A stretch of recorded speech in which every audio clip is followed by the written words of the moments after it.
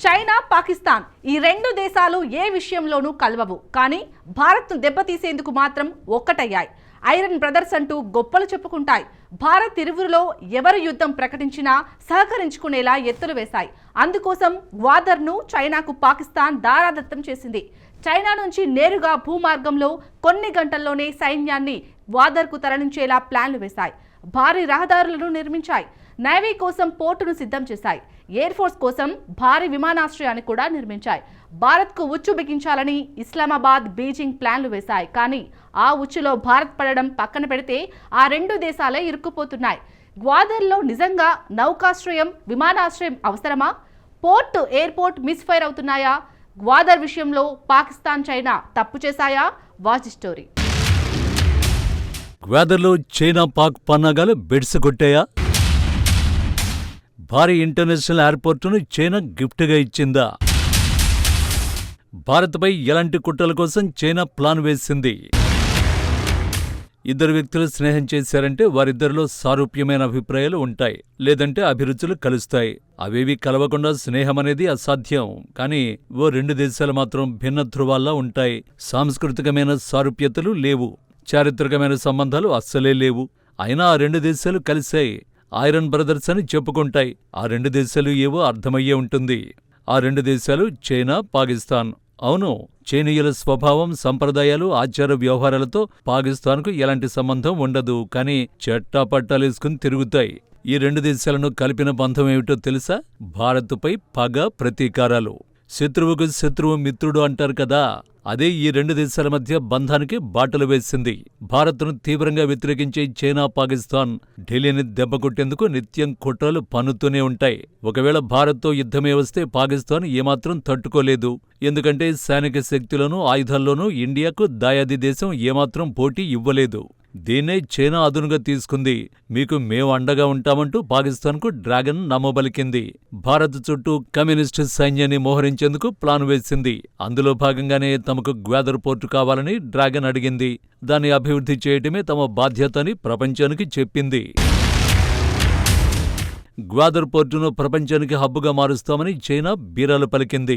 ఈ క్రమంలోనే belt and road initiative BRI ప్రాజెక్టులో పాకిస్తాన్ కమ్యూనిస్టు కంట్రీ భాగస్వామిగా చేసింది.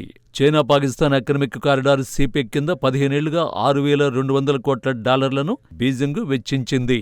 మన కరెన్సీలో చెప్పాలంటే 5,40,000 కోట్ల రూపాయల్ని సిపెక్ ప్రాజెక్టు కోసం చైనా కుమ్మరించింది. ఈ ప్రాజెక్టు కింద చైనా నుంచి భారీ రహదారులు, రైల్వే మార్గాలను గ్వాదర్ పోర్టుకు కలిపేలా నిర్మించారు. ఇక ఆర్థికంగా పాకిస్తాన్ దశ తిరుగుతుందని డ్రాగన్ నమ్మించింది. దాదాపు గ్వాదర్ పోర్టును చైనా మొత్తం తన కంట్రోల్లోకి తీసేసుకుంది. ఈ ప్రాంతంలో చైనా నేవీ పాగా వేసింది. ఇక్కడి నుంచి భారత్పై ఆయుధాలను ఎక్కుపెట్టాలన్నది డ్రాగన్ దుష్ట పన్నాగం. ఆ పోర్టుతో కమ్యూనిస్ట్ కంట్రీ ఆగిపోలేదు. పోర్టు ప్రపంచ హబ్బుగా మారితే అంతర్జాతీయంగా రాకపోకలు అవసరం కదా అని పాకిస్తాన్కు నచ్చజెప్పింది. దానికి ఇస్లామాబాద్ కూడా గొర్రెలా తలూపింది. గ్వాదర్ పోర్టు సమీపంలోని భారీ అంతర్జాతీయ విమానాశ్రయం నిర్మాణానికి పూనుకున్నది. భారత్కు వ్యతిరేకంగా తమ యుద్ధ విమానాలను గ్వాదర్లో దింపేందుకు వీలుగానే నిర్మించేందుకు డ్రాగన్ ఎత్తుగడ వేసింది. $2,40,00,000 వెచ్చించి విమానాశ్రయాన్ని పూర్తి చేసింది.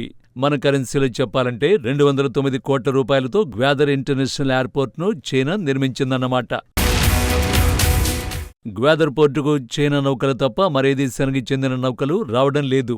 అలాంటప్పుడు అంతర్జాతీయ విమానాశ్రయం ఎందుకు అన్న అనుమానం పాకిస్తాన్కు ఈ సుమంతైనా రాలేదు. పైగా $2,40,00,000 వెచ్చించి ఓ ఎయిర్పోర్టును నిర్మించి ఉచితంగా ఎవరైనా ఇస్తారా? అదేమన్నా చైనా బొమ్మలంటే ఎయిర్పోర్టా? ఒకవేళ భారత్తో యుద్ధమే వస్తే ఈ ఎయిర్పోర్టును వాడుకోవాలన్నది డ్రాగన్ లక్ష్యం. ఏకంగా 4 లక్షల మంది సైన్యాన్ని తరలించేంత సామర్థ్యంతో చైనా ఈ ఎయిర్పోర్టు నిర్మించింది. తన అవసరాలకు ఉపయోగించుకోవాలని నిర్ణయించింది. ఈ విమానాశ్రయం చైనా కంట్రోల్లోనే ఉంటుంది. పైకి మాత్రం ఎయిర్పోర్టును గిఫ్ట్ కింద పాకిస్తాన్కి ఇస్తామని చైనా చెప్పింది. అయ్యో నా చైనా, ఎంత మంచిదానివే నీవు! అంత ఖర్చు పెట్టి నాకోసం ఓ పెద్ద విమానాశ్రయాన్ని ఇచ్చావా అంటూ ఇస్లామాబాద్ ఆనంద పరవశానికి గురైంది. ఈ ఎయిర్పోర్ట్ చైనా ఇచ్చిన అందమైన కానుకగా పాకిస్తాన్ రక్షణ మంత్రి ఖ్వాజా మహమ్మద్ ఆసిఫ్ అభివర్ణించారు. బలూచిస్తాన్, పాకిస్తాన్ ప్రజలకు ఇది అందమైన కానుకగా తెలిపాడు. సీన్ కట్ చేస్తే గ్వాదర్ ఎయిర్పోర్టుకు ఒక్క విమానం కూడా రావడం లేదు. భవిష్యత్తులో వస్తాయో రావో కూడా తెలియదు. మరి ముఖ్యంగా ప్రయాణికులు లేక ఈ ఎయిర్పోర్టు ఎడారిని తలపిస్తోంది. ఈ విమానాశ్రయం, నౌకాశ్రయం నుంచి పాకిస్తానీయులకు భారీగా ఉద్యోగాలు లభిస్తాయని, స్థానికుల పేదరికం దూరమవుతుందని చైనాను నమ్మి ఇస్లామాబాద్ డప్పు కొట్టింది. వాస్తవం ఏంటంటే పోర్టు, ఎయిర్పోర్టులు చైనీయులు తప్ప మరొకరు కనిపించరు. కనీసం వాచ్మన్ పోస్టు కూడా పాకిస్తానీయులు లేరని స్థానికులు ఆగ్రహాన్ని వ్యక్తం చేస్తున్నారు. ఉద్యోగాల సంగతి పక్కన పెట్టండి, గ్వాదర్ పోర్టుకు ఎంతమంది బలూచీలను అనుమతిస్తున్నారో చెప్పమనండి అంటూ స్థానికులు నిలదీస్తున్నారు. పోర్టు నుంచి తమకు ఎలాంటి ఉపయోగం లేదని బలూచీ ప్రజలు ఆందోళనలు నిర్వహిస్తుంటే చైనా మళ్లీ అక్కడ ఎయిర్పోర్టును నిర్మించింది. అక్కడి ప్రజలకు, కనీసం పాకిస్తాన్కు కూడా ఈ ఎయిర్పోర్టు అస్సలు ఉపయోగపడదు.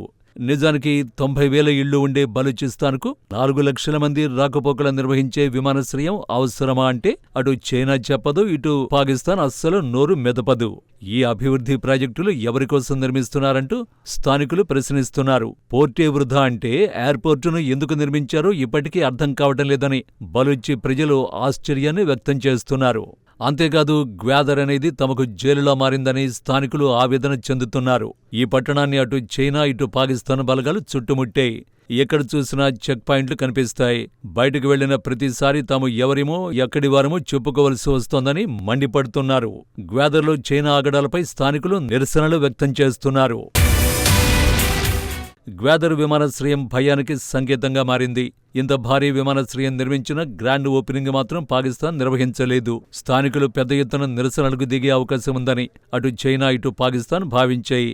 అందుకే ఈ విమానాశ్రయాన్ని పాక్ ప్రధాని Shehbaz Sharif, China premier Li Qiang virtual విధానంలో ప్రారంభించారు. ప్రారంభోత్సవానికి మీడియాను కానీ, ప్రజలను కానీ అనుమతించలేదు. ఈ విమానాశ్రయం గ్వాదర్ పోర్టుకే కాదు, పాకిస్తాన్ అంతటికీ సంపదను తెచ్చిపెట్టేదిగా మారుతుందని ఆ దేశ ప్రధాని షెహబాజ్ షరీఫ్ వెల్లడించారు. కానీ పాకిస్తాన్, చైనాలకు అర్థం కాని విషయం ఒకటుంది. ప్రజలకు ఉపయోగపడని నౌకలు, విమానాలు, రాకపోకలు లేని పోర్ట్ అయినా, ఎయిర్పోర్ట్ అయినా వృధాయే అన్న విషయం తెలియడం లేదు. ప్రజలను ఈ 2 ప్రాంతాలకు రానియకపోవడంతో వారిలో మరింత అగ్గి రగిలిస్తోంది. అంతేకాదు, ప్రజలు రానంత వరకు గ్వాదర్ విమానాశ్రయం, నౌకాశ్రయాలు నిర్మానుష్యంగానే ఉంటాయి. కానీ ప్రజలను ఎన్నాళ్లు రాకుండా అడ్డుకుంటారు అన్నదే ఇక్కడ అసలు ప్రశ్న. ఇక భారత్ను దెబ్బతీయడానికే చైనా, పాకిస్తాన్ కుట్ర పన్నాయి. అందుకోసమే గ్వాదర్ పోర్ట్, ఎయిర్పోర్టులను నిర్మించాయి. వాటిపై భారత్ ఆందోళన చెందాల్సిన అవసరమే లేదు. ఎందుకంటే వాటిపై స్థానికుల్లోనే తీవ్ర ఆగ్రహం వ్యక్తమవుతోంది. ఎప్పుడోకప్పుడు పోర్టు, ఎయిర్పోర్టు ప్రహరీలు బద్దలు కొట్టి ప్రజలు చొరబడే ప్రమాదం ఉంది. ఇప్పటికే బలూచిస్తాన్ ప్రజలు పాకిస్తాన్, చైనాలపై తీవ్ర ఆగ్రహంతో ఉన్నారు. పాకిస్తాన్ ప్రభుత్వం ఇచ్చిన హామీలను నెరవేర్చలేదని మండిపడుతున్నారు. ఈ దేశంలో పాకిస్తాన్ పాలన కింద తాము ఉండలేమంటున్నారు. తమకు ప్రత్యేక దేశం కావాలని బలూచి ప్రజలు డిమాండ్ చేస్తున్నారు. ఇప్పటికే వేర్పాటువాద గ్రూపులన్నీ ఒక్కటయ్యాయి. బలూచిస్తాన్ లిబరేషన్ ఆర్మీ ఆధ్వర్యంలో స్వదేశ సాధనకు సిద్ధమయ్యారు. చైనీయులను, పాకిస్తాన్ మిలిటరీని టార్గెట్ చేస్తూ ఆత్మాహుతి దాడులకు దిగుతున్నారు. తమను పాకిస్తాన్, చైనా కలిసి ఎలా అణగదొక్కుతున్నాయో ప్రపంచానికి చూపించేందుకు బలూచి గ్రూపులు సిద్ధమవుతున్నాయి. డ్రాగన్ కుట్రలు, పాకిస్తాన్ పాచికలు గ్వాదర్లో పారడం లేదు. భారత్కు వ్యతిరేకంగా పన్నే కుట్రలు మిస్ఫైర్ అవుతున్నాయి. భారత్ కోసం గ్వాదర్లో గొయ్యి తవ్వామని ఇస్లామాబాద్, బీజింగ్ సంకలు గుద్దుకున్నాయి. ఇప్పుడు అదే గొయ్యిలోకి ఆ 2 దేశాలను బలూచీలు పాతేస్తున్నారు. ఇదే అసలైన ట్విస్ట్.